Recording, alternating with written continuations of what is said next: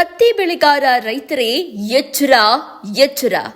ನೀರು ತುಂಬಿದ ಡ್ರಮ್ಗಳಿಗೆ ಕಳೆನಾಶಕ ಬೆರೆಸಿದ್ದಾರೆ ದುಷ್ಕರ್ಮಿಗಳು.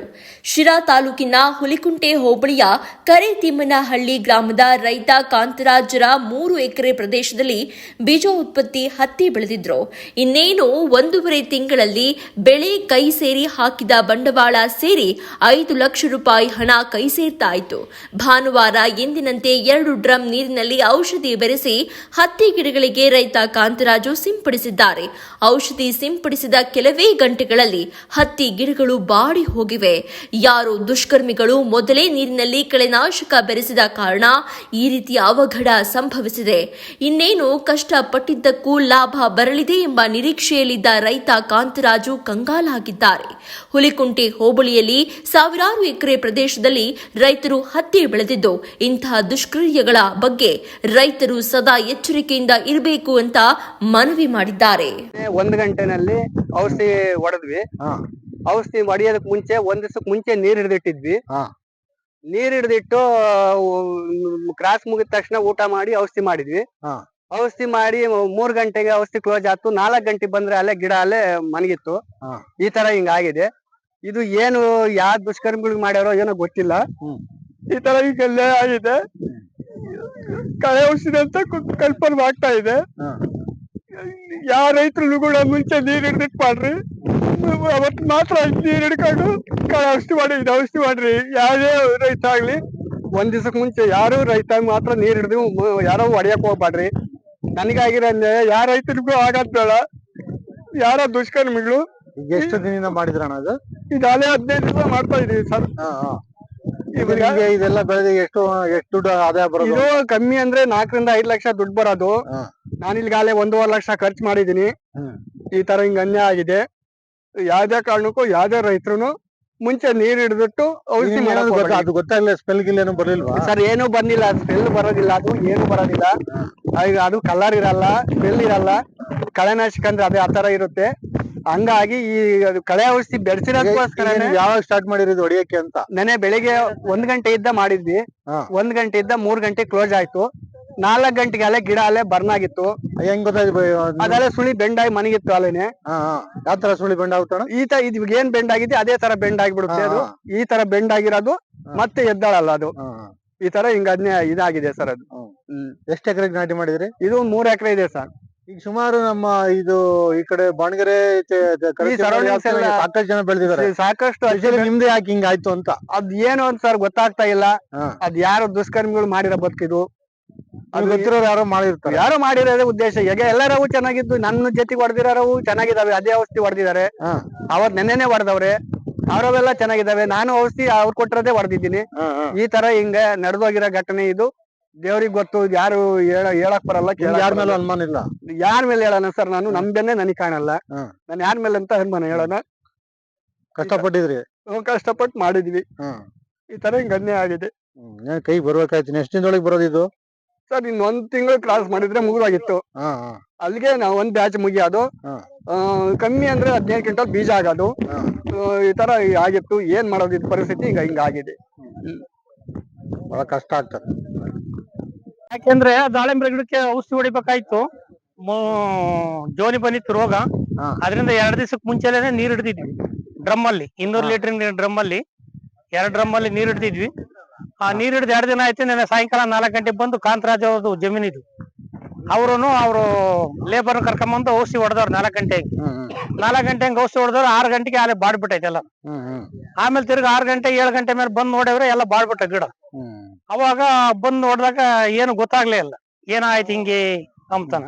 ತಿರ್ಗಿ ಆಮೇಲೆ ನೋಡಿದ್ರೆ ಯಾರೋ ಕಳೆ ಔಷಧಿನ ಇದ್ರಕ್ಕೆ ನೀರ್ನಕ್ಕೆ ಒಯ್ದ್ಬಿಟ್ಟವ್ರು. ಅದ್ ಹೆಂಗ್ ಗೊತ್ತಾಗತ್ತಂದ್ರೆ ಈ ಬುಡದಾಗೆ ಹುಲ್ಲು ಒಣಗ್ಬಿಟ್ಟೈತಿ. ಯಾಕಂದ್ರೆ ಕಳೆ ಔಷಧಿ ಹೊಡೆದ್ರೆ ಆ ಹುಲ್ಲೆ ಒಣಗದು. ಅದರಿಂದ ಹತ್ತಿ ಗಿಡನು ಎಲ್ಲ ಬಾಡ್ಬಿಟ್ಟದು. ಈಗ ಅವ್ರು ಸುಮಾರು ಆಲೇನೆ 1 ತಿಂಗಳು ಕ್ರಾಸ್ ಮಾಡ್ಯಾವ್ರಿ. 3 ಎಕರೆ ಜಮೀನು. ಸುಮಾರು ಇಲ್ಲಿಗಾಲೆ ಸುಮಾರು 1.5 ಲಕ್ಷ ರೂಪಾಯಿ ದುಡ್ಡು ಖರ್ಚು ಮಾಡಿದಾರೆ ಇಲ್ಲಿಗಾಲೇನೆ ಅವರು. ಹಿಂಗಾದ್ರೆ ರೈತರ ಪರಿಸ್ಥಿತಿ ಏನು? ಹಿಂಗಾದ್ರೆ ಇದಕ್ಕೆ ಕೃಷಿ ಇಲಾಖೆರು, ತೋಟಗಾರಿಕೆ ಇಲಾಖೆರು, ಇದಕ್ಕೆ ಸಂಬಂಧಪಟ್ಟಂತ ಎಲ್ಲಾ ಅಧಿಕಾರಿಗಳು, ತಾಲೂಕ್ನವ್ರು ಎಲ್ಲ ಬಂದು ನೋಡಿ ಕಾಂತರಾಜ್ ಅವ್ರಿಗೆ ಏನಾದ್ರು ಸರ್ಕಾರದಿಂದ ಏನಾದ್ರು ಸಹಾಯಧನ ಬರುತ್ತೆ ಅಂತ ನೋಡಿ ಕೊಡಿಸ್ಕೊಡ್ಬೇಕಂತ ಇಡೀ ಕರೇತಿಮ್ಮಳ್ಳಿ ಗ್ರಾಮಸ್ಥರು ಎಲ್ಲರೂ ಸೇರಿ ಅವ್ರಿಗೆ ವರದಿನ ಮಾಡ್ತಾ ಇದ್ವಿ. ಶಾಸಕರಾದಂತಹ ಟಿ.ಬಿ. ಜಯಚಂದ್ರ ಅವರು ಸಹ ಬಂದು ಇದನ್ನು ನೋಡಿ ಅವ್ರಿಗೆ ಉತ್ತಮವಾಗಿ ನೋಡಿ ಪರಿಹಾರವನ್ನು ಕೃಷಿ ಆಫೀಸಿಂದ ಕೊಡಿಸ್ಬೇಕಂತ ಕೇಳ್ಕೊಂತ ಇದ್ವಿ.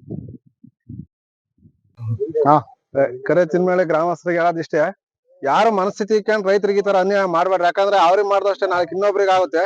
ಈ ತರ ಆಗಿರೋದ್ರಂದ್ರೆ ಬಾರಿ ಎಲ್ಲಾರ್ಗು ಮನಸ್ತಾಪ. ಆದ್ರಿಂದಾನ ನೀರ್ ಯಾರು ಮುಂಚೆನೆ ಅಡ್ವಾನ್ಸ್ ಆಗಿ ಹಿಡಿದು ಇಡ್ಕಕ್ ಹೋಗ್ಬೇಡ್ರಿ. ನೋಡಿದ್ರಲ್ಲ, ಈಗ ಮುಂದೆ ಯಾರು ಈ ತರ ಆಗದಂಗೆ ನೋಡ್ಕೊಂಡು ಎಚ್ಚೆತ್ರ ನೀವು ಬೆಳೆ ಬೆಳ್ಕೋಬೇಕು ಅಷ್ಟೇ ಬಿಟ್ರಿ. ಇವಾಗ ನೋಡ್ರಿ, ಕಾಂತರಾಜ್ ಅನ್ನೋರ್ಗೆ ಇಷ್ಟೊಂದು ಅನ್ಯಾಯ ಆಗೈತಲ್ಲ, ಇವಾಗ ಏನ್ ಮಾಡ್ಬೇಕು ಅವ್ರಿಗೆ?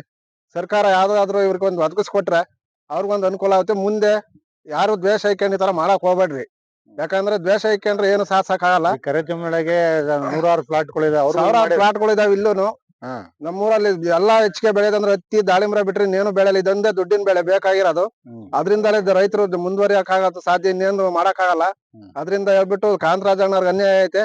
ಇದು ಔಷಧಿ ಈ ತರ ಮಾಡ್ಬಿಡೋದು ಏನು ಅವ್ರಿಗೇನ್ ಸರಿಯಾದ ಇದಲ್ಲ. ಈ ಘಟನೆ ಬಗ್ಗೆ ಬಹಳ ನಮ್ಗೆ ಮನ್ಸಿಗೆ ಬಹಳ ಬೇಜಾರಾಗ್ಬಿಟ್ಟೈತೆ.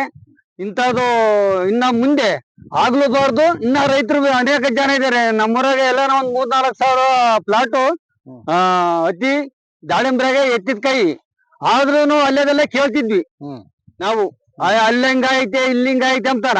ಆದ್ರೂ ರಿಯಲ್ ಆಗಿ ಇಲ್ಲೇ ನಮ್ಮೂರಾಗೆ ಆಗ್ಬಿಟ್ಟೈತೆ. ಈಗ ನಾವು ಬಹಳ ರೈತರಿಗೆ ಮನ್ಸಿಗೆ ಬಹಳ ಬೇಜಾರಾಗೈತೆ ಸರ್. ಎಷ್ಟು ಜನ ಮಾಡಿದ್ರು ರೈತರು ನಮ್ಮೂರಾಗ ಇಡೀ ಕಟ್ಟಿದ ಮನೆ ಒಳಗಾಗಿ ಹಾಕ್ಯಾವ್ರಿ, ಹತ್ತಿ ಬೀಜ ಹಾಕ್ಯಾವ್ರಿ. ಯಾರು ಇಂತಾರ ಹಾಕಿಲ್ಲ ಮಂಗಲ್ಲ. ಹತ್ತಿ ಬೆಳೆ ಈ 3 ವರ್ಷನ ಫೇಮಸ್ ಆಗಿ ಬೆಳೆದವ್ರು ಯಾವ್ದು ನೋಡಿರ್ಲಿಲ್ಲ. ಈ ತರ ಘಟನೆ ನಡೆದೈತಿ.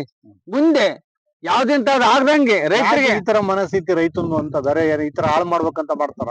ಹಾಳ್ ಮಾಡ್ಬೇಕಂತಲೇ ಮಾಡಿರೋದು. ಈಗ ಆ ಕಡೆ ಒಂದ್ ಪ್ಲಾಟ್ ಐತಿ, ಈ ಕಡೆ ಐತಿ. ಇವ್ರು ನೋಡಿ ಸೈಲಿಸ್ತಾನೇನೆ ಈ ತರ ಮಾಡವ್ರಿ. 17 ಲಕ್ಷ ದುಡ್ಡು ತಂತಾನಿವಯ್ಯ ಏನಾನ ಮಾಡೋಣ ಎಂಬ ಒಂದು ಉದ್ದೇಶಕ್ಕೆ ಇವ್ರು ಈ ತರ ಮಾಡಿರೋದು. ಹಾಗಾದ್ರೆ ಈ ಇದ್ದೂರ್ಗಳಲ್ಲೇ ಯಾರು ಇದ್ದೂರಾಗೆ ಮತ್ತೆ ಬೇರೆ ಊರ ಬಂದ್ ಯಾರು ಮಾಡಕ್ಕಾಗಲ್ಲ. ಇದು ಅಕ್ಕಪಕ್ಕ ಇರೋರು ಇಲ್ಲಿ ನೋಡ್ಕೊಂಡಿರೋರೇ ಈ ತರ ಮಾಡಿರೋದು. ಬೇರೆಯವ್ರು ಯಾರು ಮಾಡಕ್ ಸಾಧ್ಯ ಆಗಲ್ಲ. ಅಂತ ಕೆಟ್ಟ ಕೆಲಸ ಮಾಡೋಂತ ಏನ್ ಹೇಳಕ್ ಇಷ್ಟಪಡ್ತೀರ? ಅವ್ರು ಎಲ್ಲ ಹಾಳಾಗಿ ನಮ್ಮ ಎದುರಿಗೆ ಹೋದ್ರು ನಮ್ಗೆ ಓಕೆ. ಯಾಕೆ ಒಬ್ಬ ಈಗ 100 ರೂಪಾಯಿ ನಿಂತ ದುಡ್ಡು ಇರುತ್ತೆ, ಒಂದ್ ತಾಪತ್ರಯ ಕೊಡ ಇವಯ್ಯ ಒಡೆ ಬಿಡಿಸ್ಬೇಕಾಯ್ತು. ಕದ್ದಪ್ಪ 50,000 ಕೊಡಂದಿ, ತಾಣ ಬಿಡಿಸಿ ಕೊಡಪ್ಪ ಅಂತ ಕೊಟ್ಟು ಇರೋವತ್ತಲ್ಲಿ ಒಳ್ಳೆ ಮನುಷ್ಯ ಅಲ್ಲಲ್ಲ, ಇರೋವತ್ತಲ್ಲಿ ಕೊಟ್ಟದ್ದು. ಹಂಗೆ ಹತ್ತಿ ಬೆಳೆದ ದುಡ್ಡಿದ್ರೆ ನನ್ಗೊಂದ್ ಕಷ್ಟ ಬಂದ್ರೆ ಕದ್ದಪ್ಪ ಹಿಂಗ ಆಯ್ತು ಕೊಡೋಂದ್ರೆ ಕೊಡ್ತಿರಲ್ವೇ? ಹಂಗೆ ರೈತರು ಊರಾಗ ಯಾವ ತರ ದುಡ್ಡು ಇರ್ಲಿ, ನಮ್ತ ದುಡ್ಡು ಇರ್ಬೇಡ ಹಿಂಗ ಇದೇವಂದ್ರು ಕೊಡ್ತಾರ? ಈಗ ಹಿಂಗೆ ಕೆಡ್ಸಿ ಹಿಂಗೆ ಪಾಪ್ರೆ ಬಿಡ್ಸಿದ್ರೆ ಏನ್ ಕೊಡ್ತಾರೆ? ಎಲ್ಲಾರು ಅವ್ರೇ ಆದ್ರೆ ಯಾರ್ ಕೊಡ್ತಾರೆ? ಯಾರ್ ತೆಗಿಸ್ಕೋಬೇಕು? ಅವ್ರಿಗೆ ಎಲ್ಲಾರ್ನು ಅನುಮಾನದಿಂದ ನೋಡಂಗ್ ಆಗ್ತೈತಿ. ಎಲ್ಲಾರಿಗೆ ಯಾರ್ ತಗೋ ಅನುಮಾನನೇ. ಮತ್ತೆ ಈಗ ನೋಡೋದ್ ನಾವು ಯಾರನ್ನು ನೆಂಬಕ್ಕೂ ಆಗಲ್ಲ, ಯಾರನ್ನು ಬಿಡಕ್ಕೂ ಆಗಲ್ಲ. ಆ ತರ ಆಗಿಬಿಟ್ಟೈತಲ್ಲ.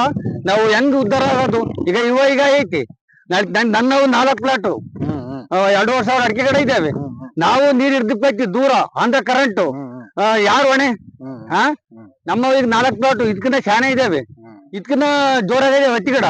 ಆದ್ರೂ ಈಗ ನಾವ್ ಹೆಂಗೆ ಸಾಲ ಮಾಡಿದ್ವಿ, 8 ಲಕ್ಷ ಸಾಲ ಮಾಡಿದ್ವಿ. ಈಗ ಹಿಂಗ ಆಗ್ಬಿಟ್ರೆ ನಾವೇನು ಉದ್ಧಾರ ಆಗೋದು? ರೈತರು ಇದೇನ ಮಾಡಿ ನೀವು ಪೊಲೀಸ್ ಇಲಾಖೆಯವರು ಇದಕ್ಕೊಂದು ರಕ್ಷೆ ಕೊಟ್ರೆ ನಮ್ಗೆ ಮಹಾ ಪುಣ್ಯವಾದಂಗ ಆಗ್ತೈತಿ. ಇನ್ನ ಮುಂದೆ ಯಾರನ್ನ ಬೆಳೆಯೋರ್ಗುನು ಒಂದು ಇದು ಬರ್ತೈತಿ. ಈಗ ರೈತರು ಅಂದ್ಮೇಲೆ ಎಲ್ಲ ಒಂದೇ ಅಲ್ಲ ಸರ್. ಈಗ ಈ ತರ ಆದ್ರೆ ಬೇಸಾಯ ಮಾಡಕ್ಕೆ ಆಗಲ್ಲ. ನಾವು ಎಲ್ಲಿ ಮಾಡಕ್ ಆಕೈತಿ?